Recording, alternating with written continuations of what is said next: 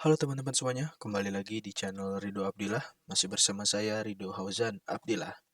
Di video kali ini kita masih membahas putar firewall ya teman-teman, pada materi MTCNA Preparation.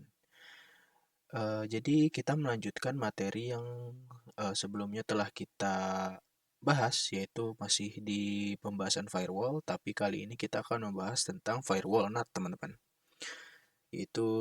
Jadi video ini adalah part terakhir ataupun part ketiga pada pembahasan firewall ya. Sebelumnya kan ada firewall filter, address list, dan terakhir ada NAT yang nantinya akan segera kita pelajari. Nah, seperti yang kita tahu, NAT itu memiliki kepanjangan Network Address Translation. Ialah metode yang digunakan untuk menghubungkan kumpulan IP private client ke jaringan internet dengan menggunakan satu alamat IP public. Nah, kalau kita lihat pada topologi yang kita buat, pada pembahasan sebelumnya mengenai Internet Gateway, kita itu pernah sedikit mengkonfigurasikan tentang firewall NAT ini teman-teman, supaya semua klien yang ada di jaringan lokal kita ini bisa melakukan bisa melakukan internetan teman-teman, atau bisa disebutnya mengakses internet. Jadi kalau kita lihat di sini ya, menghubungkan kumpulan IP private jaringan internet dengan menggunakan satu alamat IP public. Jadi NAT itu biasa digunakan untuk ketersediaan alamat public ya, alamat IP public ya teman-teman. Entah itu uh, dari klien ingin mengakses internet dari keluar teman-teman, ataupun dari luar ingin mengakses internet ke dalam jaringan lokal, itu bisa menggunakan NAT teman-teman. Dan prinsip NAT itu sama seperti filter rule teman-teman. Dia ya, bekerja dengan if dan then. Ya, jadi kalau teman-teman lihat ya di sini, kalau kita buka Winbox dan kalian masuk ke menu firewallnya, di sini kita masuk ke NAT. Nah, teman-teman bisa lihat di sini saya sempat sedikit mengkonfigurasikan tentang NAT ya. Di sini juga ada terdapat konsep if then ya teman. General adalah if-nya. Jadi di sini kita spesifikan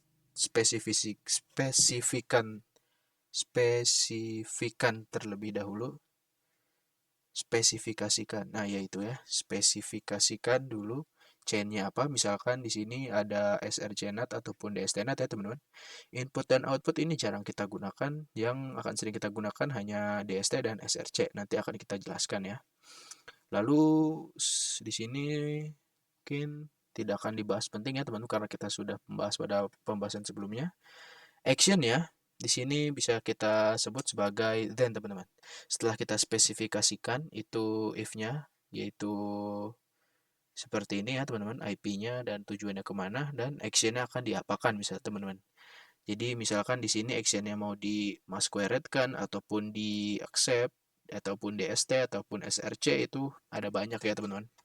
Nah, jadi saya akan menjelaskan dulu tentang apa bedanya SRC dan DST NAT dulu teman-teman. Di sini kalau teman-teman lihat, firewall NAT itu di firewall NAT itu di MikroTik terdapat dua tipe NAT teman-teman. Ada SRC NAT yang digunakan ketika klien yang ada di dalam router ingin keluar internet. Nah, jadi SRC NAT itu yang biasa kita gunakan ada masquerade, yang di sini ya teman-teman, saya menggunakan actionnya masquerade, yang dimana digunakan untuk menghubungkan jaringan lokal ke internet menggunakan IP public.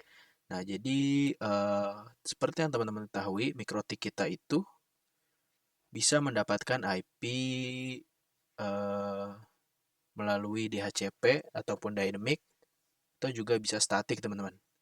Pada defaultnya, MikroTik itu sudah terkonfigurasikan DHCP client, sehingga kalau kita konekkan ke ISP, dia akan langsung mendapatkan IP secara dynamic. Tetapi jika kita matikan DHCP clientnya dan kita hapus IP yang diberikan oleh ISP, kita juga bisa melakukan konfigurasi IP address secara statik, teman-teman. Tentunya perlu ditambahkan juga gateway dan DNS servernya ya. Oke, jadi eh, Masquerade digunakan untuk menghubungkan jaringan lokal ke internet menggunakan IP public dynamic. Jadi, teman-teman, klien-klien di sini ya, ketika mereka ingin melakukan internetan dan menggunakan actionnya adalah Masquerade, nantinya mereka semua IP public ini akan dibungkus menjadi satu yang nantinya ketika mereka akses internet itu mereka menggunakan satu IP public dynamic yang diberikan oleh ISP, teman-teman. Seperti itu ya. Berbeda dengan srcNAT. Kalau srcNAT itu digunakan untuk menghubungkan jaringan lokal ke internet menggunakan IP public static, teman-teman.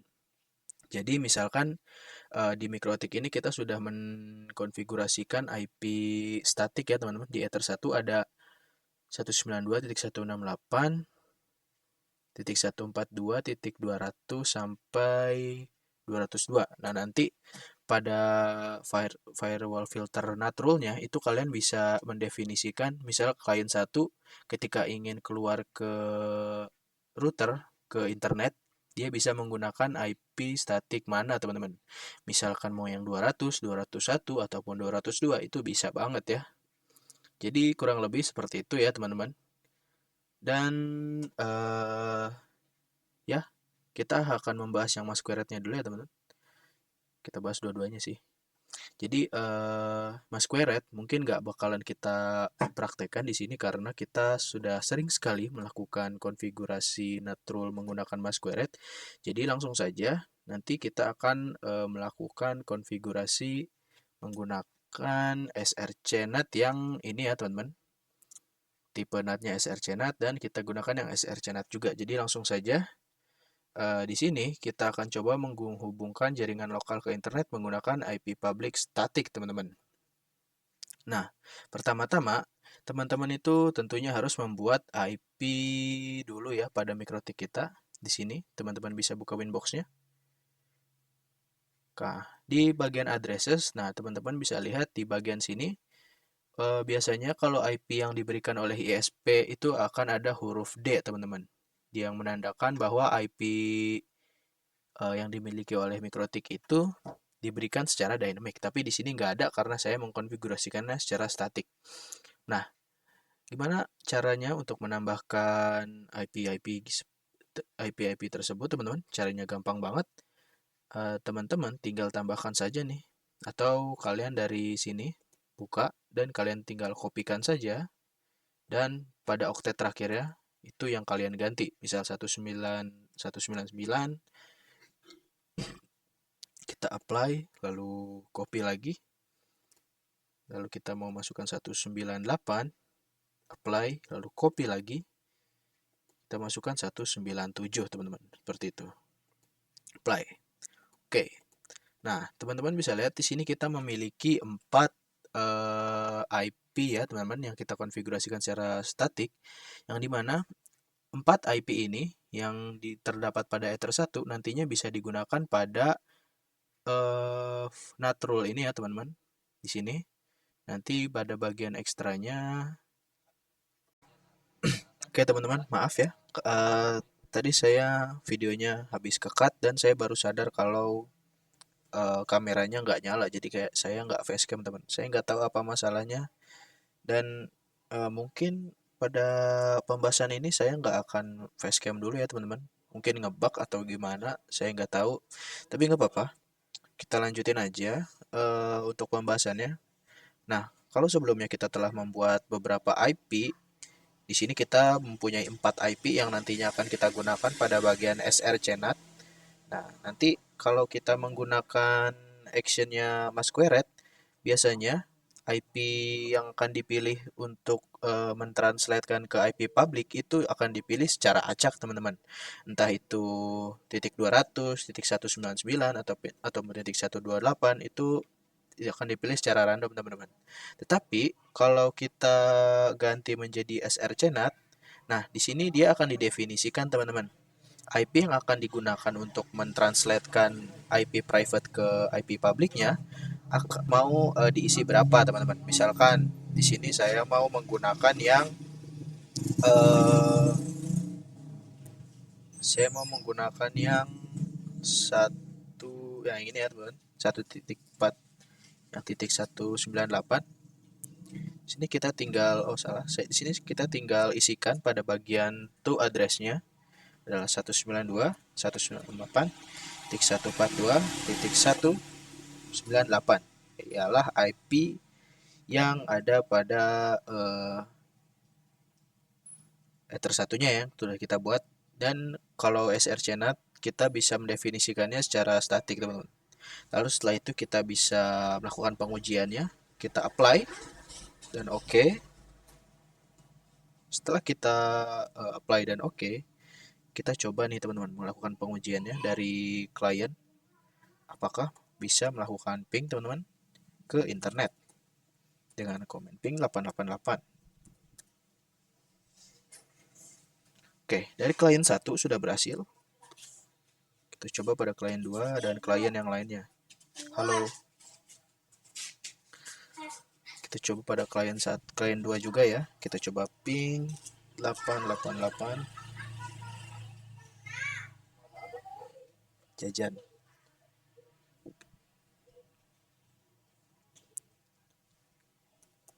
Pada klien 3 juga kita coba lakukan pengujian ping 888. Oke, pada bagian klien 3 juga sudah selesai teman-teman. Dan pada klien 4 juga kita lakukan hal yang sama ya. Ping 888 teman-teman. Oke. Sudah selesai semua. Jadi klien 1 sampai 4 ini bisa melakukan ping ke internet dan IP private yang mereka miliki itu akan ditranslatekan ke IP public dan IP-nya adalah 192.168.142.198 ya, yang sudah kita konfigurasikan teman-teman. Oke, jadi mungkin seperti itu saja untuk bagian pembahasan tentang srcNet ya teman-teman. Selanjutnya kita akan melanjutkan pembahasan tentang DSTNet. Oke, teman-teman. Setelah kita membahas tentang srcNet dan tipe-tipenya, yaitu ada Masquerade dan srcNet, selanjutnya kita akan membahas tentang DSTNet. Nah, DSTNet itu digunakan ketika klien di internet ingin mengakses jaringan lokal dari internet, teman-teman.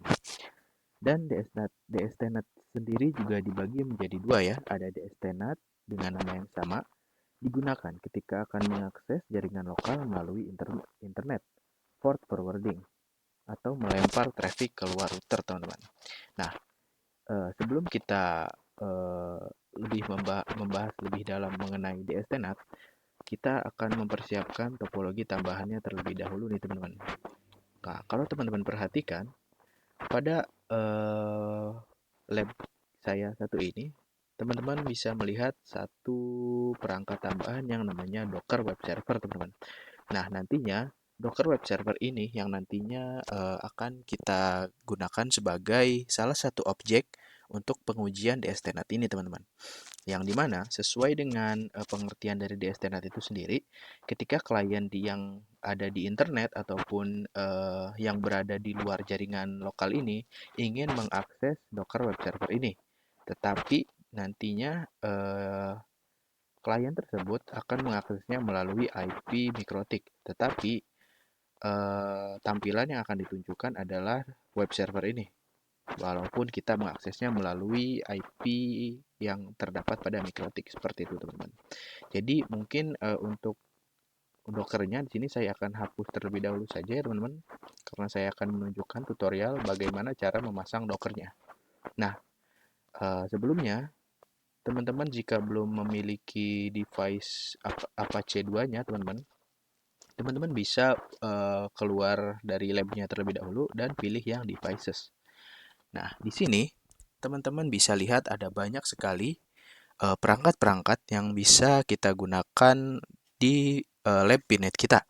Terdapat Wireshark, Chrome, Ubuntu Server, Ubuntu Desktop, dan lain sebagainya. Dan di sini juga ada Docker Apache 2 yang nantinya bisa kita gunakan ya teman-teman. Dan cara untuk menambahkannya cukup simpel. Teman-teman tinggal klik tombol Get Device di sini. Dan ada juga cara untuk menginstal ke Pinetnya, teman-teman. Nah, di sini teman-teman bisa langsung saja pencet guide untuk teman-teman? Untuk melihat bagaimana cara penginstalannya. Di sini kita harus menggunakan Docker, teman-teman. Oke. Jadi ketika teman-teman menekan guide di sini cara penginstalannya, teman-teman akan langsung dialihkan ke website bagaimana cara untuk menginstal Apache Server ini, teman-teman. Oke, langsung saja. Karena di sini saya sudah ada tanda added to bnet, saya sudah menginstalnya, teman-teman. Kalau teman-teman yang belum menginstal, silakan klik tombol get device di sini. Nah, jadi langsung saja di sini saya akan coba menambahkan Docker-nya, teman-teman, atau web servernya menggunakan Docker. Di sini kalian pilih yang Node, lalu pilih yang Docker IO. Nah, pada bagian image, teman-teman pilih yang VNet Lab Apache 2 ini ya. Kita pilih. Lalu untuk namanya saya akan beri nama web server supaya dia lebih spesifik ya. Lalu untuk ikonnya saya mau ganti aja menjadi yang ini ya. Kita pilih. Lalu selanjutnya teman-teman bisa scroll ke bawah. Nah, pada bagian ini teman-teman isikan IP-nya ya, IP pada Ether satunya, statiknya ya teman-teman. Karena kita akan menggunakan IP statik pada web server kita. Perlu diperhatikan bahwa IP statik yang kita gunakan harus satu network dengan yang terdapat pada Ether 2 di MikroTik, teman-teman. Yang dimana IP-nya adalah 10.10.10.x. Kalau 10.10.10.10, 9, 8, dan 7 sudah digunakan oleh klien, di sini teman-teman terserah mau mengisikan IP-nya berapa asal dia networknya sama. Misalkan di sini saya mau mengisikan 10.10.10.20/24. Lalu selanjutnya teman-teman bisa masukkan default root-nya ataupun gateway-nya, yaitu gateway-nya adalah 10.10.10.1. Jangan lupa teman-teman juga masukkan DNS, yaitu DNS Google ya, IP Google yaitu 88.8. Untuk primary console-nya, teman-teman pilih Telnet, dan secondary-nya pilih yang SSH. Oke, setelah semuanya dikonfigurasi, teman-teman bisa save saja. Dan teman-teman konekkan ke switch. Lalu setelah itu kita nyalakan. Kita tunggu. Oke, dia sudah nyala teman-teman. Kita bisa buka Docker-nya. Web servernya ya, bukan Docker, maaf. Di sini kita tunggu saja sampai dia memuncul. Nah, ini sudah ya teman-teman. Pertama-tama di sini saya mau mengecek IP dulu ya. IP yang dimiliki oleh Docker ini apakah sudah sama dengan yang sebelumnya kita konfigurasikan. Untuk komen menunjukkan IP pada web server ini agak berbeda ya teman-teman, yaitu dengan mengetikkan ifconfig header 1. Nah, teman-teman bisa lihat di sini dia menunjukkan IP di header 1 yang terdapat pada web servernya. Dia memiliki IP 10.10.10.20 seperti yang sebelumnya telah kita konfigurasikan. Kita coba ping ke internet apakah dia berhasil teman-teman. Oke, untuk ke internet sudah berhasil. Nah, setelah kita menambahkan perangkat baru yaitu web server, kita bisa langsung saja ke praktek DSTNet-nya. Sebelum itu, saya akan menjelaskan lebih lengkap mengenai DSTNet ini ya, teman-teman.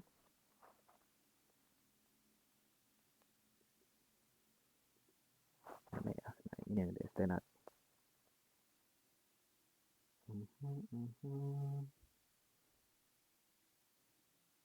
Tidak ada ini ya, teman-teman. Tidak ada apa namanya? Tidak ada penjelasan secara konsepnya ya, hanya ada langkah-langkah untuk apa namanya teman-teman, untuk melakukan konfigurasinya, tapi nggak apa-apa. Di sini karena kita sudah sedikit membahas tentang konsepnya, kita akan langsung saja lanjut ke apa namanya konfigurasi DSTNet-nya teman-teman. Oke teman-teman, langsung saja kita akan melakukan konfigurasinya, konfigurasi DSTNet ya tentunya, yang dimana kita akan coba ketika ada satu klien ingin melakukan ping ataupun bukan ping sih, mengakses web server ini ya teman-teman. Jadi tentunya dia pasti akan menggunakan DSTNet karena klien yang dari luar ingin masuk ke jaringan lokal kita, teman-teman. Seperti itu ya. Yang dimana nantinya klien luar ini dia hanya perlu mengaksesnya melalui salah satu IP publik yang sudah kita tetapkan pada Mikrotik ini. Yang nantinya walaupun kita itu mengaksesnya IP dari Mikrotik, tetapi tampilan yang nantinya akan ditampilkan adalah web server, teman-teman. Seperti itu ya. Jadi tanpa berlama-lama lagi, langsung saja kita melakukan konfigurasinya. Di sini teman-teman bisa masuk ke bagian firewall ya, tentunya, dan masuk ke bagian NAT. Dan di sini kita tambahkan rule baru. Nah, pada bagian general kita isikan if-nya dulu. Untuk chain-nya kita akan isikan dstNAT, lalu source address-nya kita kosongkan, dan distant address-nya kita isikan, teman-teman. Misalkan teman-teman mau mengisikan IP-nya 192.168.142.199, teman-teman. Yang dimana nantinya kita menggunakan IP 199 ini untuk mengakses web server kita ya. Oke. Setelah itu, protokolnya kita isikan, kita akan menggunakan TCP ya. TCP, lalu untuk DST portnya adalah 8181, teman-teman. Untuk DST port ini teman-teman sebenarnya opsional ya, mau kalian isikan atau tidak itu juga tidak masalah, tapi maksudnya bukan tidak diisikan, harus diisikan, tetapi opsional aja. Kalian mau mengisikan apa itu terserah, nggak harus sama seperti punya saya. Dan setelah kita konfigurasikan apa ini namanya if-nya, kita akan konfigurasikan juga bagian then-nya, teman-teman. Untuk action kalian ganti menjadi dstNAT dan to address-nya. Nah, di to address ini kita akan masukkan IP dari web servernya, teman-teman, yaitu 172.16.10. Berapa tadi ya? Kita lihat dulu coba. Oh, salah, teman-teman. IP-nya 10.10.10.20 ya. Maaf, saya salah. IP yang benar adalah 10.10.10.20, yaitu 10.10.10.10.20.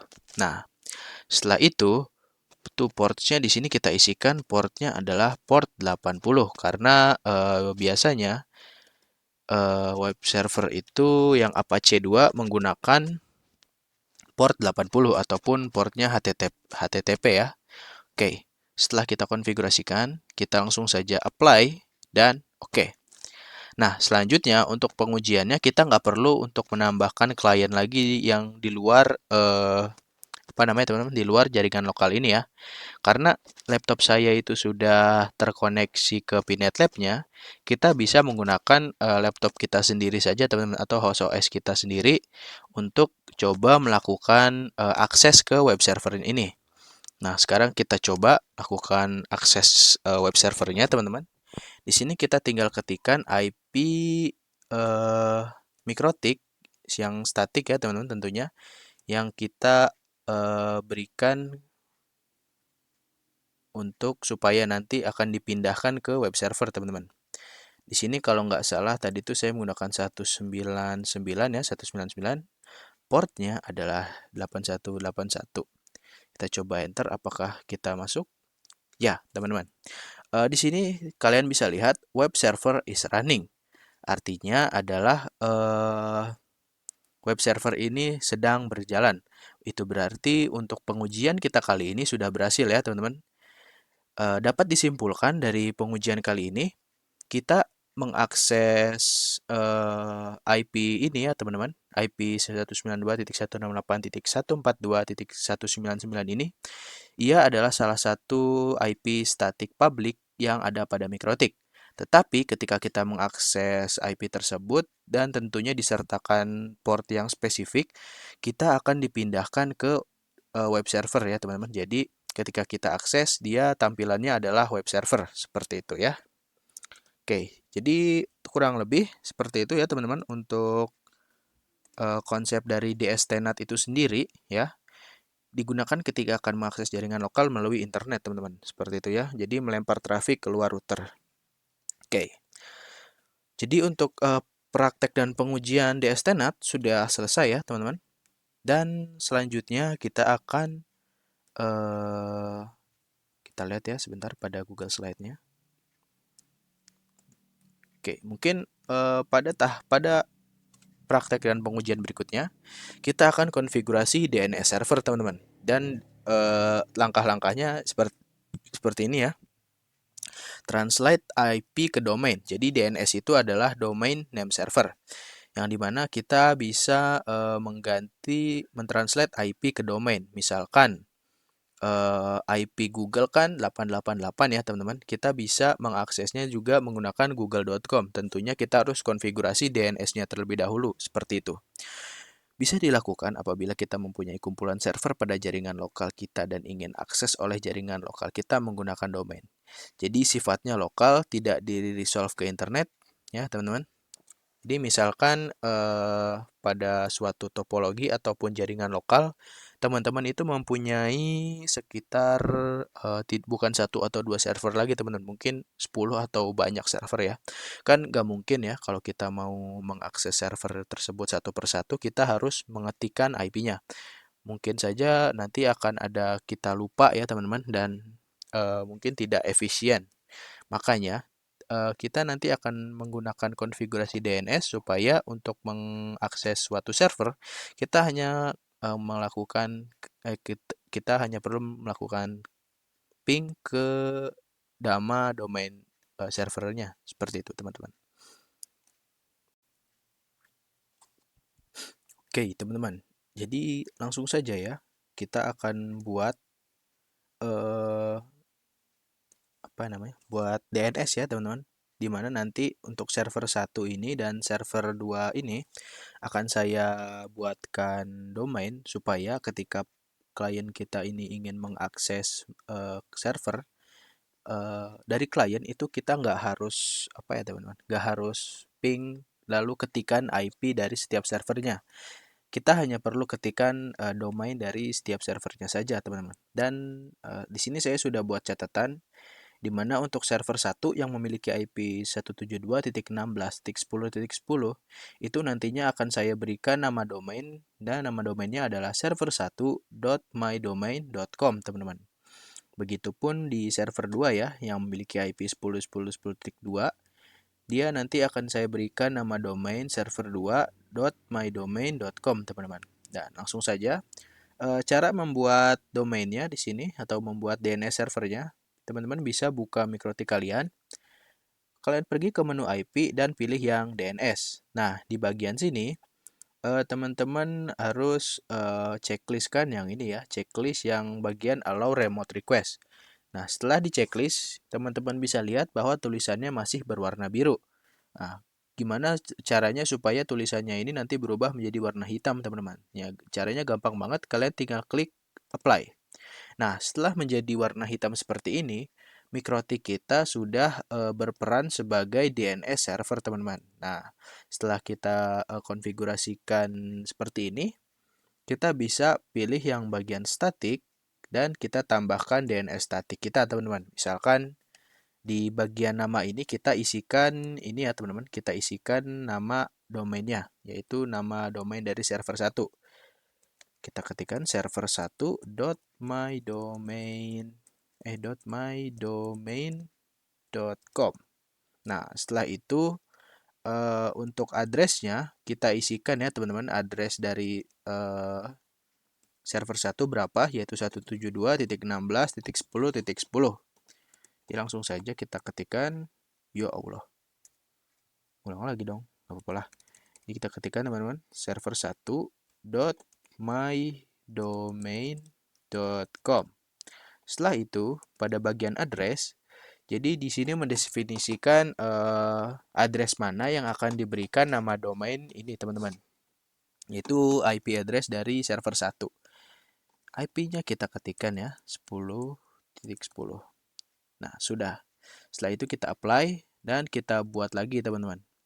Untuk server 2-nya. Kalau tadi kan kita mengkonfigurasikan server 1, sekarang server 2-nya. Kita ketikkan saja server2.mydomain.com. Lalu untuk addressnya kita isikan 10.10.10.20. Lalu kita apply. Nah, setelah kita buat nama domain untuk setiap servernya, kita akan coba lakukan pengujian apakah dari klien bisa melakukan ping ke server tapi menggunakan nama domainnya, bukan menggunakan IP. Di sini saya menggunakan VPC 1 ataupun klien 1 ya, teman-teman. Kita coba lakukan ping server 1.mydomain.com. Apakah bisa? Cannot resolve. Ya. Kita coba lihat dulu ya, teman-teman. Show IP. Oh ya, saya lupa, teman-teman. Pada bagian DNS ini seharusnya saya ubah dulu ya, teman-teman. DNS-nya menjadi IP yang ada pada Ether 2 karena MikroTik kan sudah kita konfigurasikan, jadi MikroTik juga bisa berperan sebagai DNS server, teman-teman. Di sini kita coba ganti dulu ya IP DNS. Kita ketikkan IP MikroTiknya, teman-teman, yaitu 10.10.10.1. Lalu kita enter. Dan kita coba ping lagi. Apakah bisa, teman-teman, ping server 1 mydomain.com. Nah, sekarang setelah kita ganti IP DNS servernya yang mengarah ke router, kita akhirnya bisa melakukan ping ke server tapi menggunakan nama domain. Nah, setelah yang kita berhasil melakukan ping dari server 1, sekarang kita melakukan ping ke server 2, teman-teman. Kita ganti aja namanya. Kita enter. Dan untuk ping ke server 2 menggunakan nama domain juga berhasil. Oke, cukup mudah dan tidak terlalu banyak terlalu ribet ya, teman-teman, konfigurasinya. Oke, jadi kita ambil kesimpulan bahwa nama domain itu bisa memudahkan para klien untuk melakukan ping ke suatu server. Karena biasanya pada kehidupan nyata itu server nggak cuma satu ya, teman-teman, biasanya akan ada banyak dan mungkin saja kita nggak mungkin untuk menghafal semua IP server tersebut. Makanya dibuatlah nama domain supaya kita lebih mudah mengakses suatu server. Seperti itu ya, teman-teman. Dan untuk pembahasan terakhir kita nanti ada yang namanya DSTNet Redirect, teman-teman. Oke, teman-teman, kita lanjutin pada pembahasan terakhir kita, yaitu masih di tipe NAT. Di DSTNet ada yang namanya redirect, teman-teman. Jadi redirect itu digunakan ketika akan membelokkan traffic ke router itu sendiri. Jadi di contohnya itu seperti ini, teman-teman. Ketika klien 1 ingin melakukan akses ke web server ini ataupun ke server 2, dan begitupun klien 3 juga ingin melakukan akses ke web server 1, nantinya dengan menggunakan action redirect, nanti trafficnya itu akan dibelokkan ke router itu sendiri, teman-teman ya. Semoga teman-teman paham. Supaya paham, di sini saya akan lakukan praktik dan pengujiannya saja ya, supaya lebih paham ya. Nah, di sini pada klien 1, teman-teman kan sebelumnya sudah saya coba bisa melakukan ping ya, teman-teman. Tapi pada klien 2 biasanya ini belum bisa, teman-teman. Sebentar.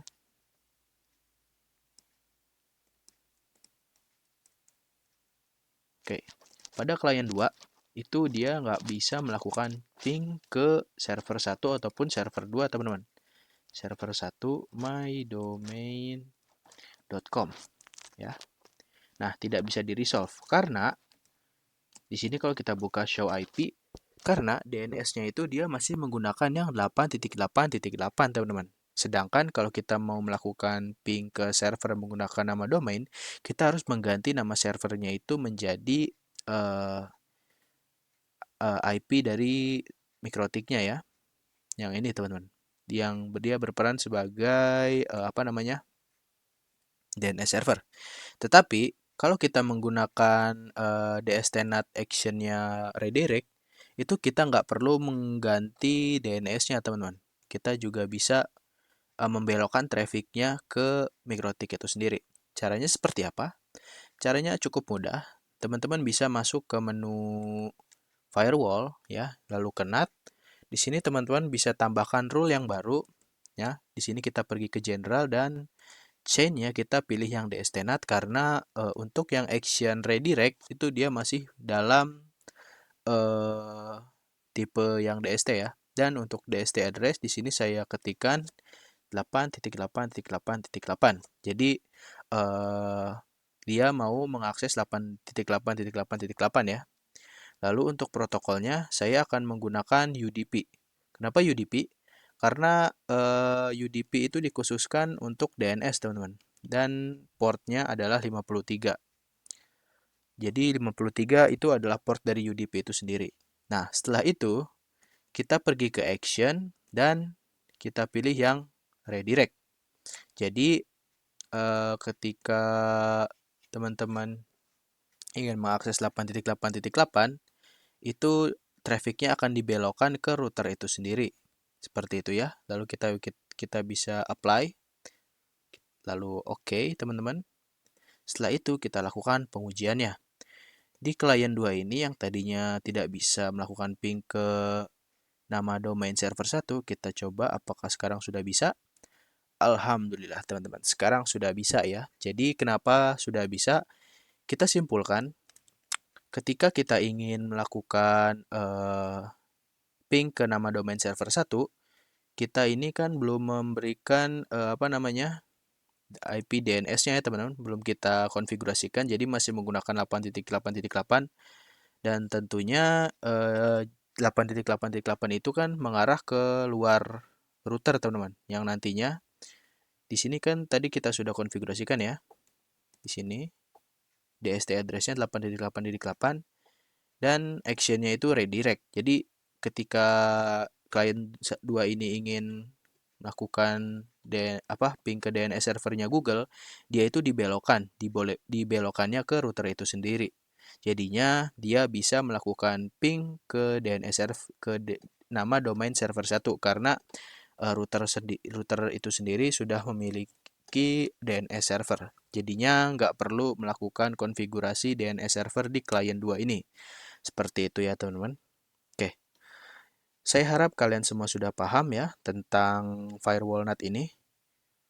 Ini adalah pembahasan terakhir kita pada materi bab firewall. Mungkin sekian sampai di sini yang bisa saya sampaikan. Terima kasih sudah menonton. Jangan lupa, hidup itu lebih seru kalau terus belajar. Klik subscribe untuk tetap update mengenai materi-materi menyenangkan mengenai seputar TKJ ya, teman-teman. Like kalau kamu suka dan bagikan ke teman-temanmu. Sampai ketemu di video selanjutnya, di mana ide-ide liar kita akan terus terbang tinggi. Bye-bye.